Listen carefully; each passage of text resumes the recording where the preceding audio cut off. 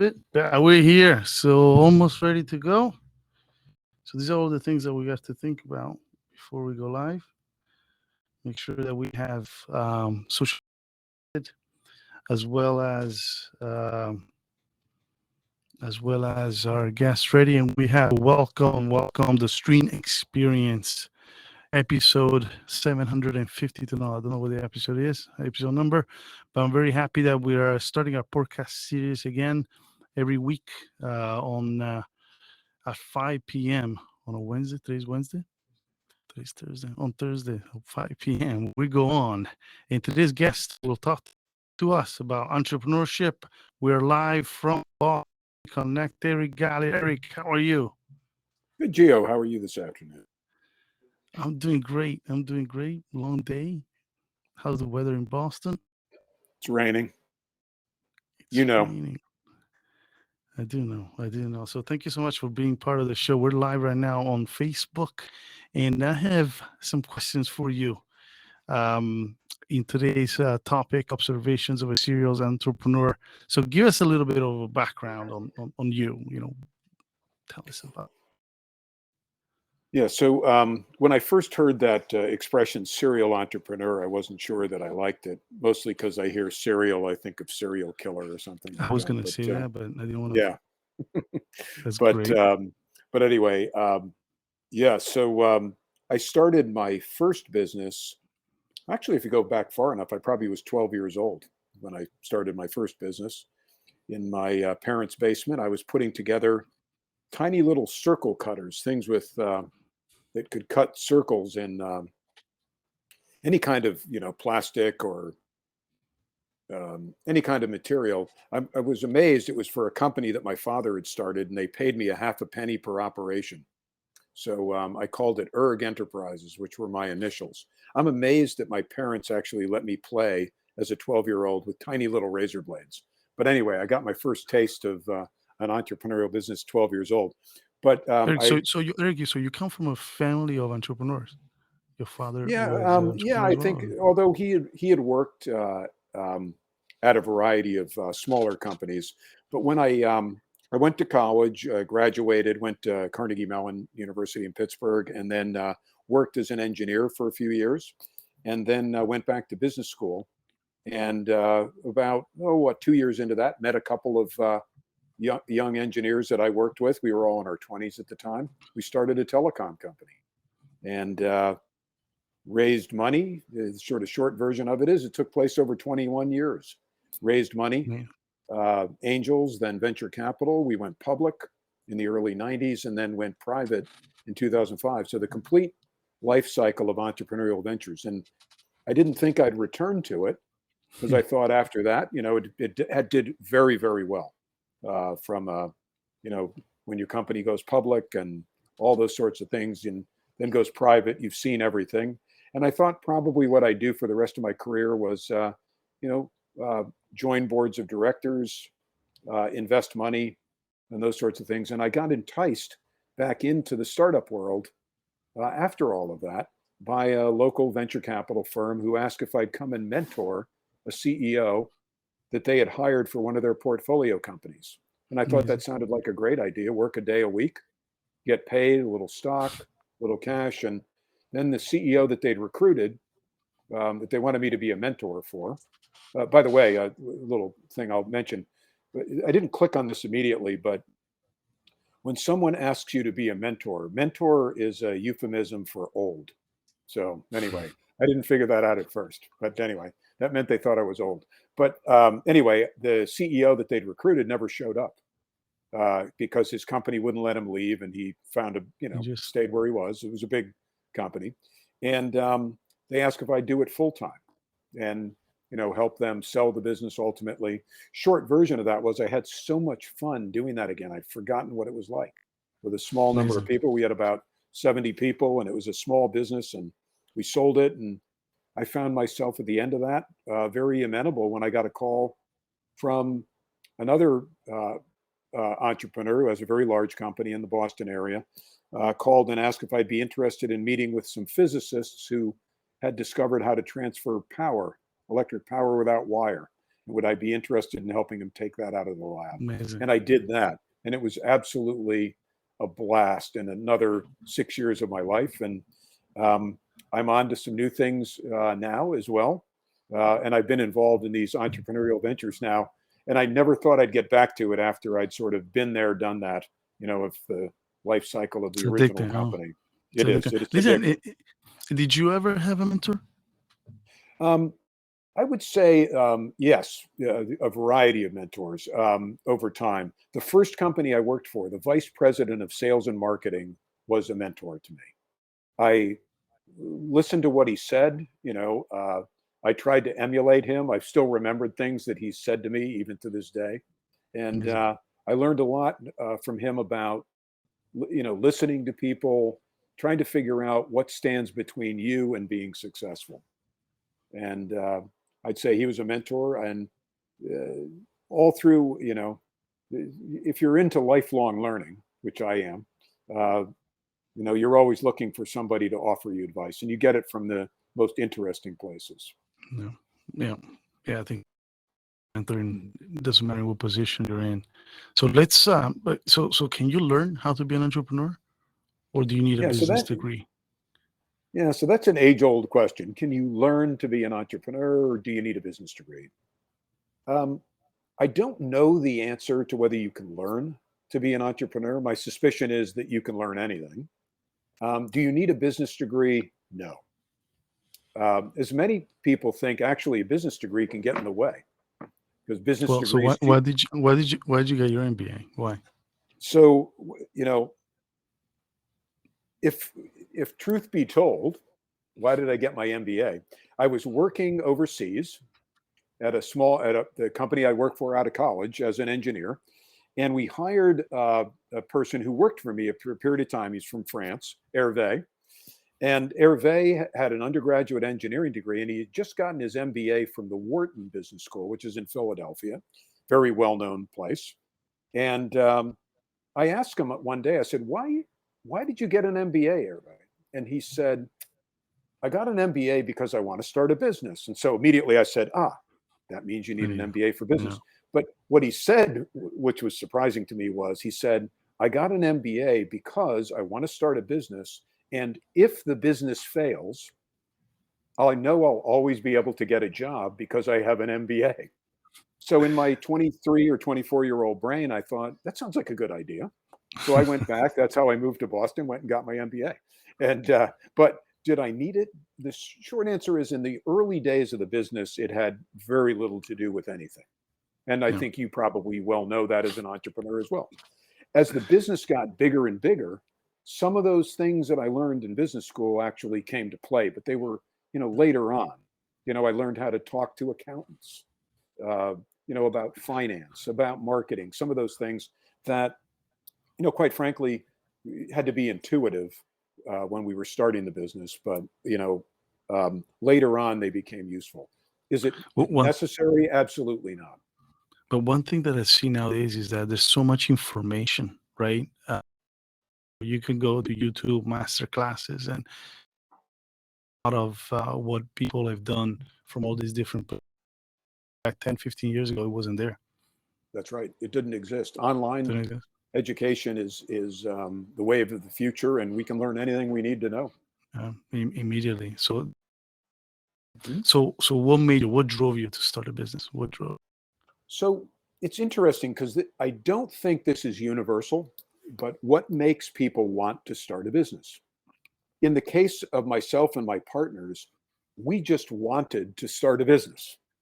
We were all working at this company in Boston, a high-tech company. We'd meet at lunchtime out in the Boston Common, and we made a list of things that we could go into business about. But it came from wanting to start a business. It was on a napkin from a sandwich shop, and we made a list of these ideas. Um, we ended up doing one of them. What I wouldn't give today to have that napkin. I'm curious No, I was what gonna the say other that you things keep on that. what are the other things that are on that list. I don't remember what they were, but some people though don't start a business because they want to start a business. They have some burning passion for a particular idea, a product, or a service, and that's a perfectly valid reason to want to start a business. I think in my case, it was probably just some element of being able to do what you wanted to do when you wanted to do it. A chance to make your mark. It was something Yeah. there Be your own that boss. said, Yeah, sure. yeah, being your own boss. I think those are the things. But that's not always why people want to start businesses. Yeah. There's no universal reason, I don't think. Good. And in what business? How do you decide what business to start? Right. So, st- as I said, we started our business with a napkin and a bunch of ideas. But I think if I looked at it, for a little more from an intellectual level and said, "Mm, we wanted to start something that you know something about." In my case, that was high technology. So knowing something about technology and said, and then are there problems there? Are there some problems that were addressed? And my partner actually in the business came up with the original idea. He said, we want to make voicemail systems. And I said, what's a voicemail system? And he said, well, it's kind of like this electronic thing. By the way, this is the 1980s. And when I first started talking about voicemail to people, they said, well, why wouldn't you just record it on a tape? There are these tape machines and you leave a message on it. And why do you need voicemail? And boy, now I tell you, voicemail, actually probably voicemail's come and gone. You get a voicemail, you probably hang up on it. But that was the way to communicate Text me. inside organizations. And Yeah. we didn't. There was a need there, and we saw that the machines that were available at the time cost $500,000. They were only available to the largest corporations in the world. And my partner said, I think we could use this new thing called a personal computer, which had just come out at the time. And I think we could build a small one into that and use that as the platform and make something that was $20,000 instead of $500,000 so small businesses could have it. By the way, that idea took another 4 or 5 years to catch on. So it's good that I wasn't holding my breath because it did take a while. Then it went crazy for a long time. And Did you ever worry about failing? So here's an interesting, I want to talk about failure.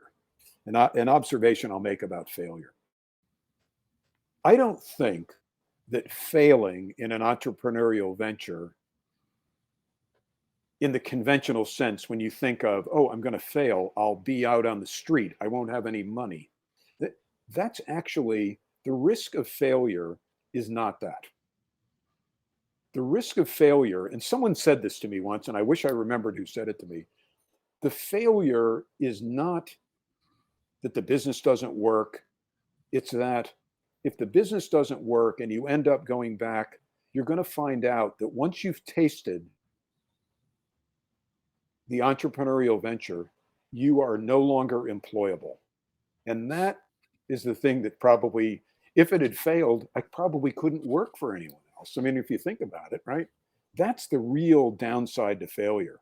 And so, yeah, you should worry about failing, but not worry about failing because you're going to be out in the street. Because remember, you can always get a job. And I The think risk once you're in is the journey, yeah, good. no.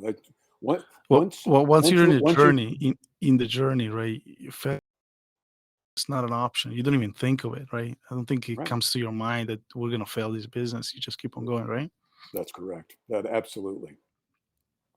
So what advice do you have for the early days? So for anybody starting a business right now, what advice can you give them? All right. You're not allowed to swear on the podcast, or are you? You can see I don't know. it's So anyway, we so have to when I see was if Facebook brings us down. yeah, That's a yeah, different story. we'll see about that. I'll. So I remember a really good friend of mine, Jim. I went to business school with Jim. Jim got a job when we graduated from business school. He went to work for a venture capitalist, a VC. They probably, in my class of, I don't know, hundreds of students, there probably were only 4 or 5 kids, and I say kids because everybody was in their 20s, that got a job working for a venture capitalist to become a venture capitalist. So when I started my business, who did I want to go talk to? Jim, he's a venture capitalist. And I said, Jim, what advice do you have? And what he said to me was, and we'd raised a little bit of money. He said, sell shit. I said, what? What? He said, sell shit. And what he was really saying which he said, so you've raised money. All you've done is taken other people's money. You've given them something in exchange, stock or whatever, right? It's air, basically. Sell whatever it is that you're working on, because I will tell you that the formal way for saying what I just said is sales covers all sins. It covers every sin you can make. Because Absolutely. if you're selling things and you're selling what you're doing, whether it's a service or a product, it will make up for any of the mistakes you're going to make. And believe me, you're going to make mistakes. I make mistakes today. I probably made 15 mistakes today. I just don't know what they are yet. And so sales covers all sins. So I go back to what Jim said to me when we were in business school, and he was absolutely right. Amazing, amazing, absolutely. Sales solves everything, right?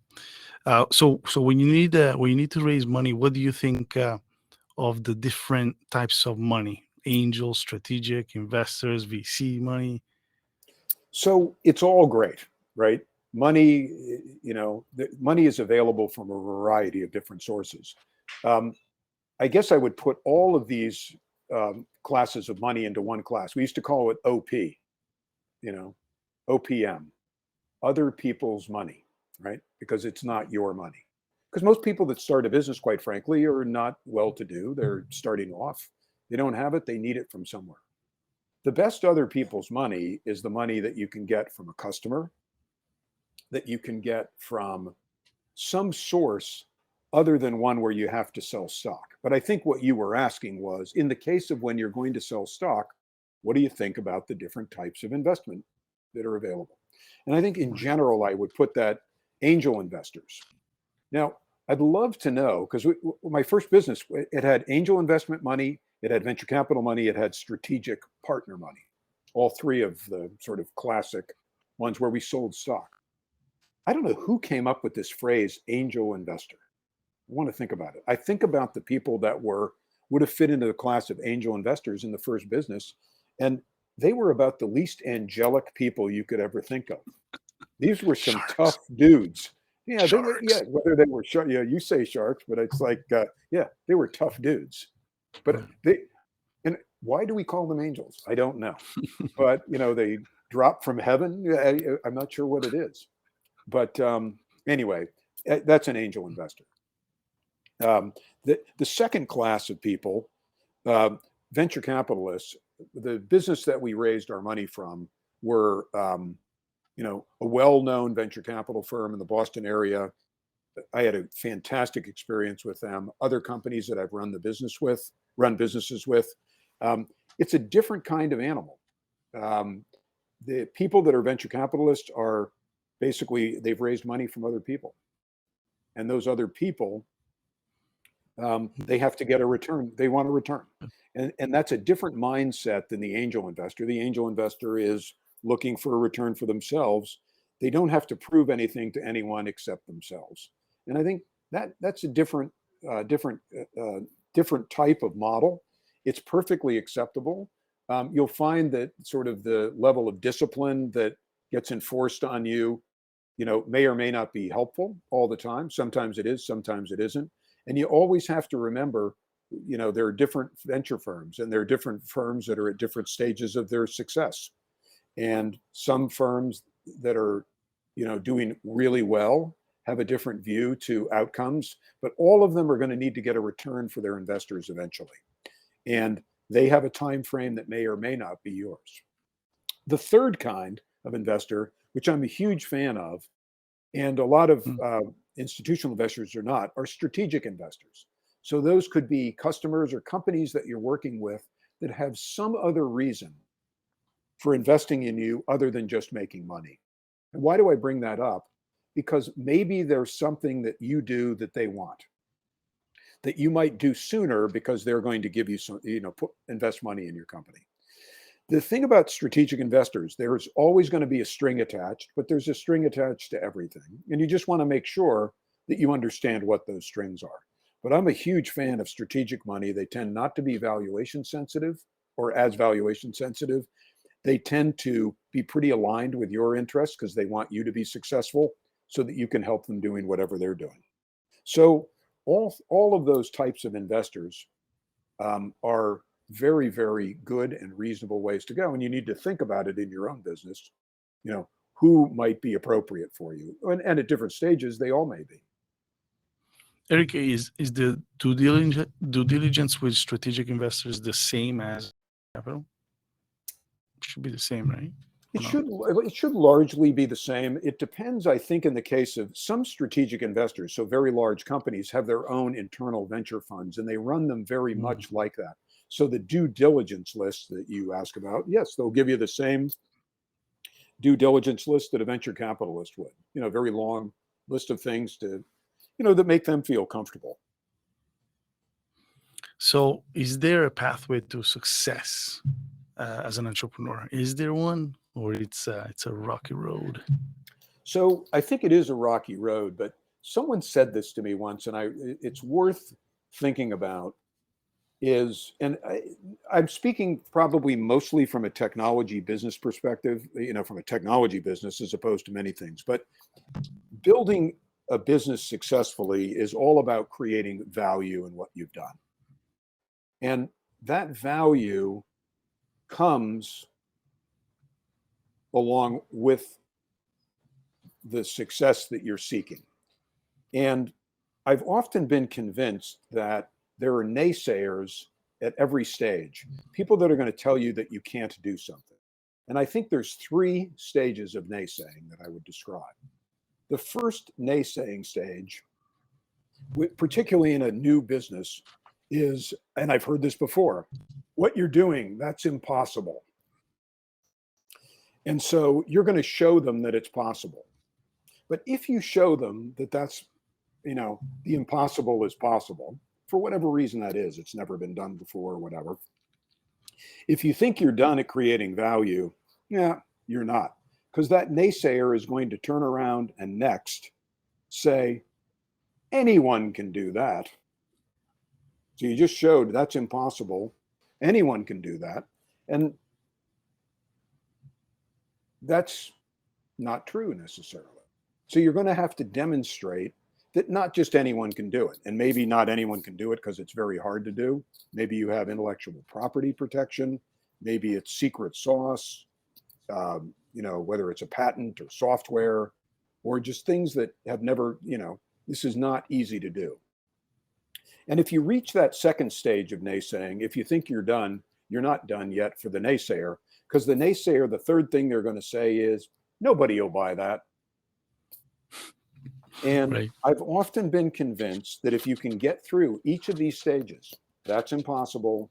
Anybody can do it. Nobody will buy it. If you can address all of those, you will have built value and you will have something in a business that is successful. Amazing. Amazing. So, and thank you so much for the show. There's a lot of value that we bring into the community about what we're speaking about right now. We are live on Facebook. It's almost time to say goodbye to everybody. So any last words that you want to give to the audience? Oh, I think that, there's never been a better time to start a business. There's no perfect age to start a business. You can do it when you're 20. You can do it when you're 60. You can do it when you're 12 years old or when you're 80. And it's a great thing to do. Beware of the risk, because the real risk is you'll find it very difficult to go back to work for someone else again. And so, that's the real downside. Yeah, other than that, it's upside, and it's a wonderful experience. And, it's got highs and lows, and it's a very fulfilling way to spend a career. Fantastic. Well, thank you so much, Erica. Thank Okay, you. Gio. And we're shutting down now. Goodbye, guys. Thank you so much. The Streann Experience. We'll see you next week on Thursday, 5 p.m. And goodbye from Miami. Bye, everybody. Ciao.